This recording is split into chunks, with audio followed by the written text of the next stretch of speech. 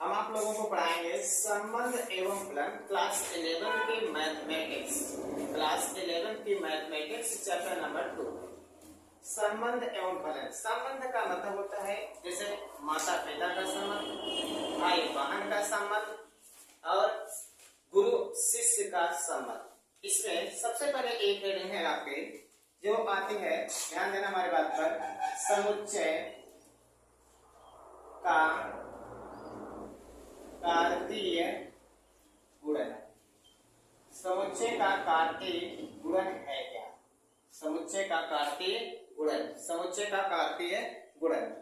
तो मैं एक एग्जांपल के माध्यम से लेता हूं। लेट यानी कि माना a इक्वल टू कोई नाम रंग लेते हैं, नीला, पीला, कोई भी रंग लेते हैं।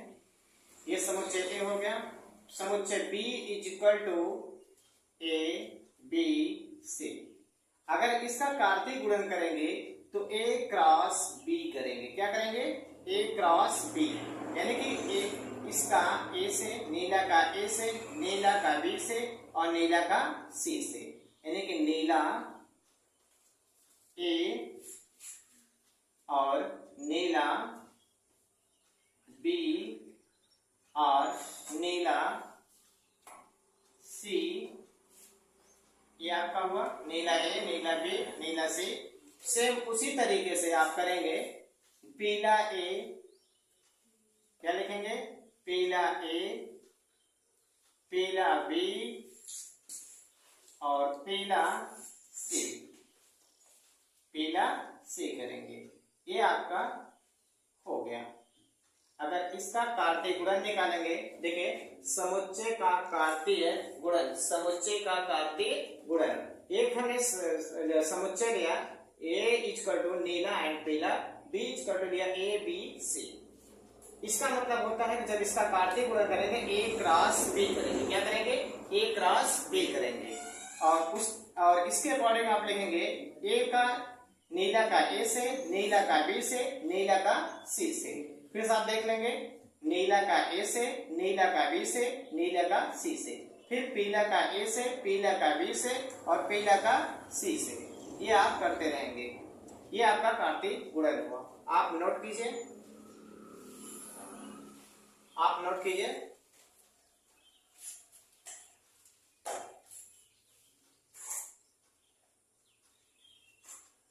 इसकी एक परिभाषा होती है,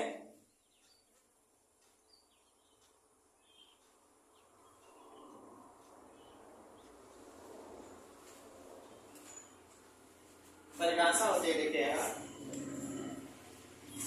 परिभाषा।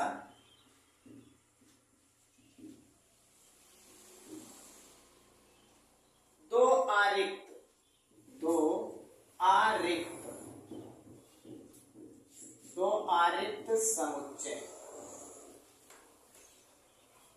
आरिक्त का मतलब होता है एम्प्टी। आरिक्त का मतलब होता है एम्प्टी। आरिक्त जो खाली ना हो, जो खाली ना हो। पहले मतलब समुच्चय हो लेकिन खाली ना हो, समुच्चय हो लेकिन क्या हो? खाली ना हो। उसके बाद मैंने बताया समुच्चय P और Q।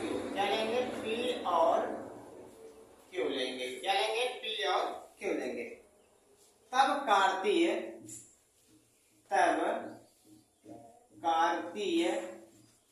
गुणन, तब कार्तीय गुणन क्या लेंगे बेटा? P cross Q। क्या लेंगे? P cross Q। दो आरिक्त समुच्चय मतलब जो खाली ना हो, दो आरिक्त समुच्चय यानी कि जो खाली ना हो, समुच्चय P और Q, तब कार्तीय गुणन P क्रॉस Q होगा। क्या होगा? P क्रॉस Q होगा। P क्रॉस Q एक क्या है? समुच्चय। क्या है? समुच्चय है। P क्रॉस Q क्या है? एक समुच्चय जिसमें प्रथम घटक, जिसमें प्रथम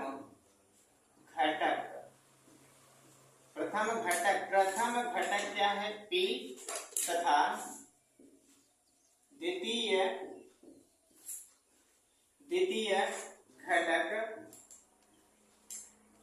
द्वितीय घटक क्या हो क्यू, द्वितीय घटक क्या हो क्यू से, क्यू से लेकर बनाया गया है, क्यू से लेकर बनाया गया है। एक बार आप समझ लीजिए।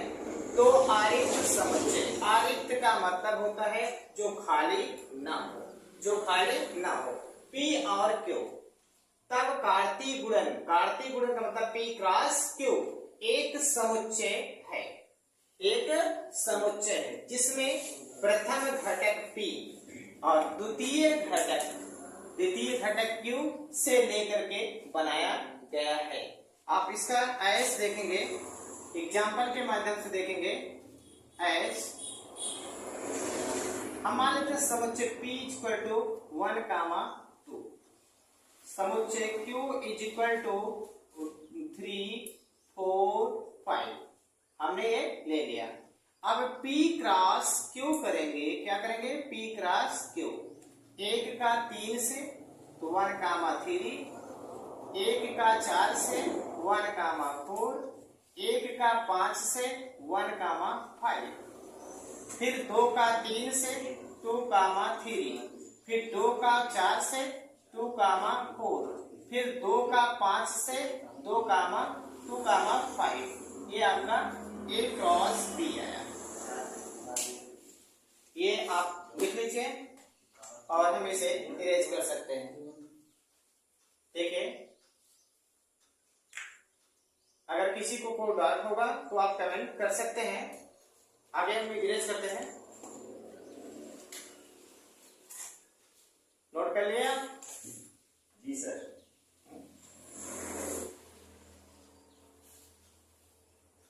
इसके कुछ मुख्य बातें हैं, मुख्य बातें हैं। नंबर 1 है, मुख्य बातें हैं। नंबर 1 है, यदि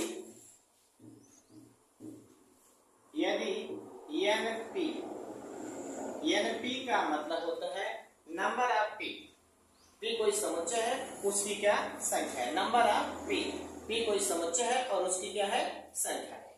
उसके बाद क्या है, number of P is equal to हम मान लेते हैं कैपिटल A, तथा number of Q is equal to हमें मान लेते हैं B। क्या मान लेते हैं? B मान लेते हैं। B मान लेते हैं तब आपका होगा number of P cross Q equal to हो जाएगा A मल्टीप्लाई B। यानी कि क्या लिख सकते हैं? A क्रॉस B या A इंटू B लिख सकते हैं। क्या लिख सकते हैं? A into B। Number of P equal to A, कोई समुच्चय की संख्या क्या है? A है, कोई दूसरे समुच्चय की संख्या क्या है? B है, और उसका number of P cross Q करेंगे तो A इंटू B आ जाएगा। अब एक माध्यम से आप देखिएगा, H देखिएगा, जैसे P इक्वल टू आपका हो जाएगा number of P equal to लिख सकते हैं 2, नंबर ऑफ, या पूरे एग्जाम्पल के माध्यम से देखिए, P इक्वल टू आप लिखेंगे 1,2 और इसको आप मजले ब्रैकेट में करेंगे। Q इक्वल टू आप लिखेंगे 1, 2, 3। क्या करेंगे? 1, 2, 3 हमने लिख लिया। अब देखिए, इसका निकालेंगे तो आप लिखेंगे number of P equal to कितनी संख्या है? 1 और 2। कितनी संख्या है? 2। यानी कि 1 और 2 कितने हो गए? 2। Number of Q equal to कितने हो? 1, 2, 3। कितने हो गए? 3। तो इसका हम निकालेंगे number of P cross Q equal to लिख देंगे, कितना आएगा? कितना आएगा आपका? 2 मल्टीप्लाई 3 इक्वल टू क्या आ जाएगा? 6। यहाँ आपको ध्यान देना, कोई P समुच्चय है, कोई Q समुच्चय है। Number of P equal to जितनी संख्या दी है उतना उसका नंबर हो जाएगा। नंबर ऑफ Q कितनी संख्या दी है? 3, उसकी संख्या क्या हो गई? 3 हो गई। और number of P cross Q निकालेंगे तो दोनों का मल्टीप्लाई करेंगे, जो आएगा उतना कर सकते हैं। ठीक, इसका सेकंड पॉइंट है, इरेज कर रहे हैं।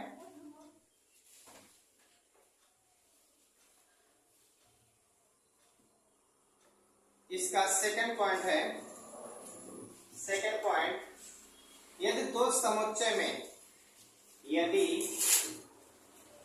दो समुच्चय में, क्या है, यदि दो समुच्चय में, यदि दो समुच्चय में कोई एक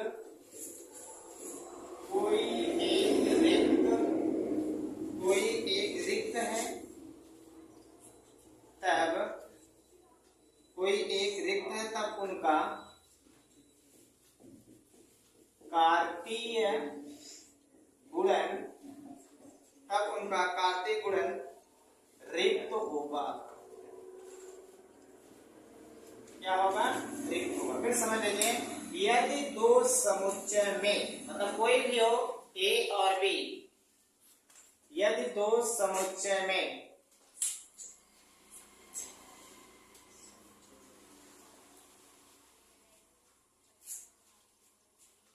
यदि दो समुच्चय में कोई एक रिक्त है, मतलब कोई भी एक रिक्त है, कोई भी एक एक्स वाई जेड कोई भी रिक्त है, तब उनका कार्तीय गुणन क्या होगा? रिक्त होगा। मतलब चाहे ए रिक्त हो, चाहे आपका वे रिक्त हो। तो जैसे मान लेते हैं समुच्चय A इक्वल टू 1, 2, समुच्चय इक्वल टू, और B इक्वल टू हो जाएगा 5। इसे बोलते हैं फाई। फाई का मतलब होता है रिक्त, रिक्त का मतलब होता है खाली। इसका मतलब होता है फाई, फाई का मतलब होता है रिक्त, के खाली। फाई का मतलब होता है रिक्त, इसकी मीनिंग होती है रिक्त। रिक्त का शाब्दिक अर्थ होता है खाली। ध्यान देने वाली बात पर, खाली होता है। तो आप जैसे आप इसका निकालेंगे, एग्जाम्पल इसका निकालेंगे A क्रॉस B। क्या निकालेंगे? A cross B। अगर निकालेंगे तो क्या आएगा? 5। क्यों? क्योंकि हमें पता है कि यदि दो समुच्चयों में कोई एक रिक्त हो, मतलब चाहे A रिक्त हो, चाहे आपका B रिक्त हो, दोनों में अगर कोई एक खाली है, तो उनका जब क्रॉस मल्टीप्लाई करेंगे तो वो भी, उसका जो फलन आएगा वो भी खाली ही आएगा। ठीक है, आप इसको नोट कर लीजिए। इसकी तीसरी बातें हैं, तीसरी बातें इसकी है, ध्यान देना इस पर।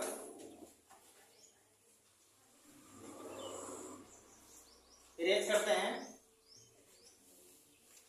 दूसरी बातें आपने समझ लिया है, और तीसरी बात पर ध्यान देना आप, और वीडियो को क्रम वाइज आप देखना तो अच्छी बात समझ में आएगी।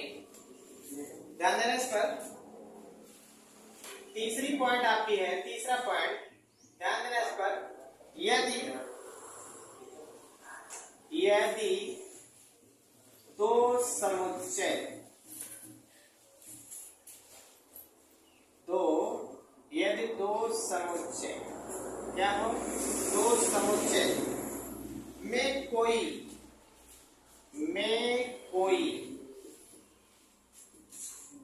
अपरिमित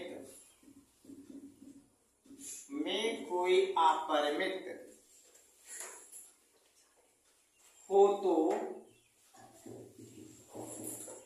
तो उनका कार्तीय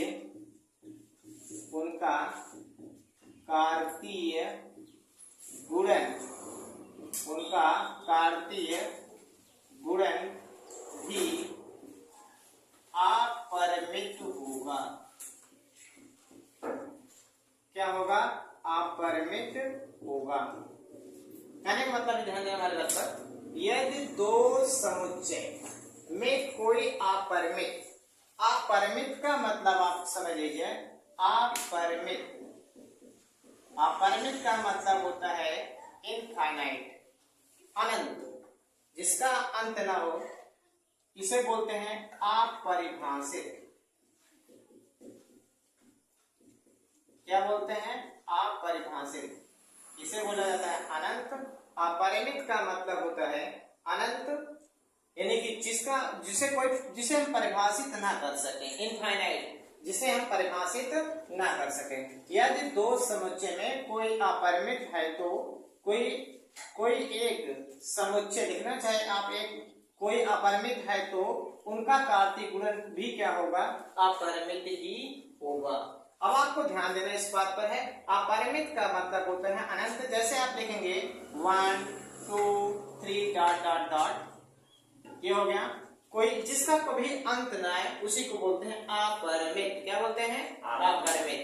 अगला देखिएगा, इसी में एग्जांपल आप देखिएगा, आप इसे लिख लीजिए।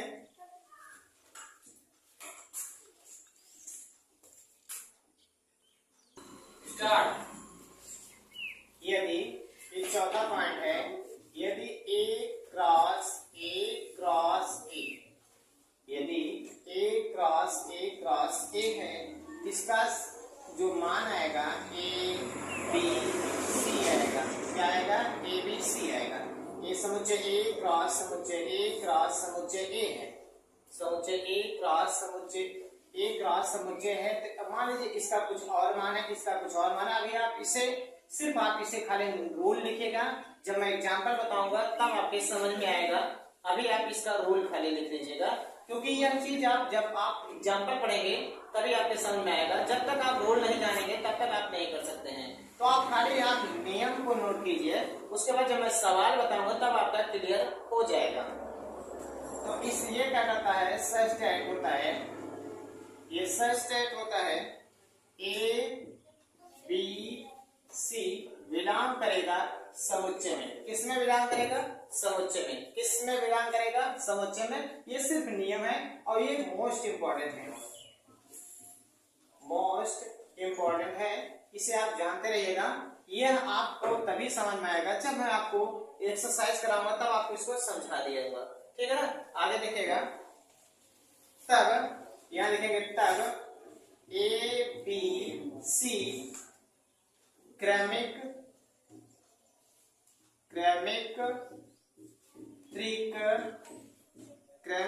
त्रिक कहलाता है। क्या कहलाता है?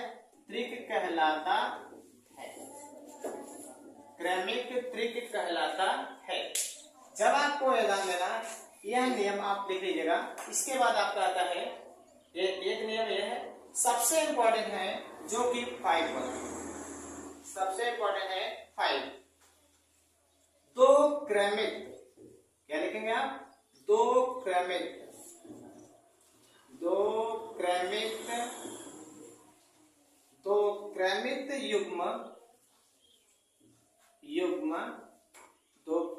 युग्म समान, दो क्रमिक युग्म समान होते हैं। दो क्रमिक युग्म समान होते हैं यदि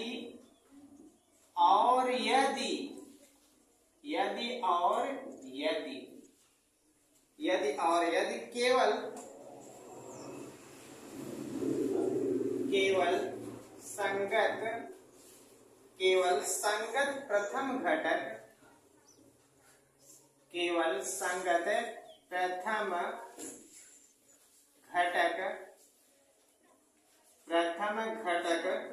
समान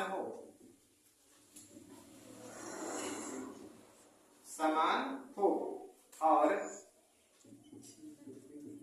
द्वितीय घटक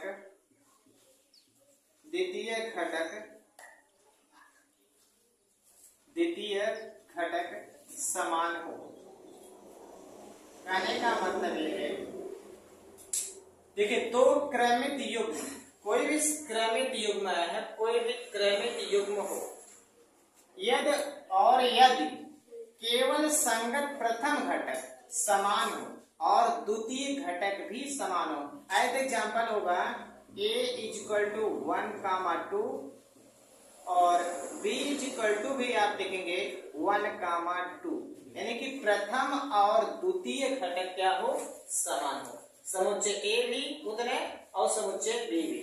तब इसका A क्रॉस B निकलेंगे, A cross B is equal to क्या लिखेंगे, A क्रॉस B निकालेंगे तो 1 का 1 से 1 कामा 1, 1 का 2 से 1 कामा 2, फिर 2 का 1 से 2 कामा 1, फिर 2 का 2 से 2 कामा 2, ये हुआ। और इसी अगर हमें और चीज इतना आप लिखिएगा, ये आप पॉइंट को नोट कर लीजिए, पॉइंट को नोट कर सकते हैं।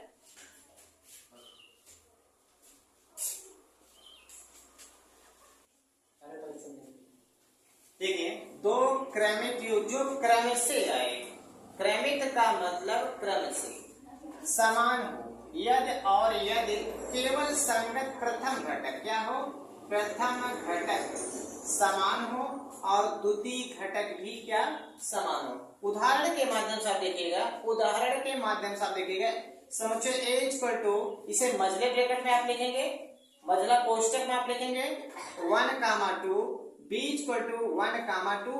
देखिए A का समुच्चय और B का समुच्चय जो आया है समान है, दोनों का समान है, तो A क्रॉस हम B निकालेंगे, क्या निकालेंगे, A क्रॉस B निकालेंगे। तब इसको हम क्या करेंगे, निकालने के बाद मझला कोष्टक हम लगा देंगे, क्या लगाएंगे, मझला कोष्टक हम लगा देंगे। अब देखिए, 1 का 1 से, 1 का 2 से, 2 का 1 से, 2 का 2 से हमने आपको किया है।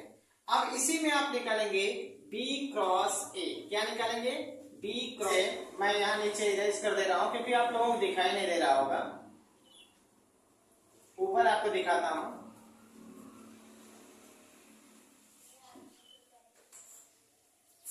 देखिएगा, हम क्या लिखेंगे, B cross A, B cross A।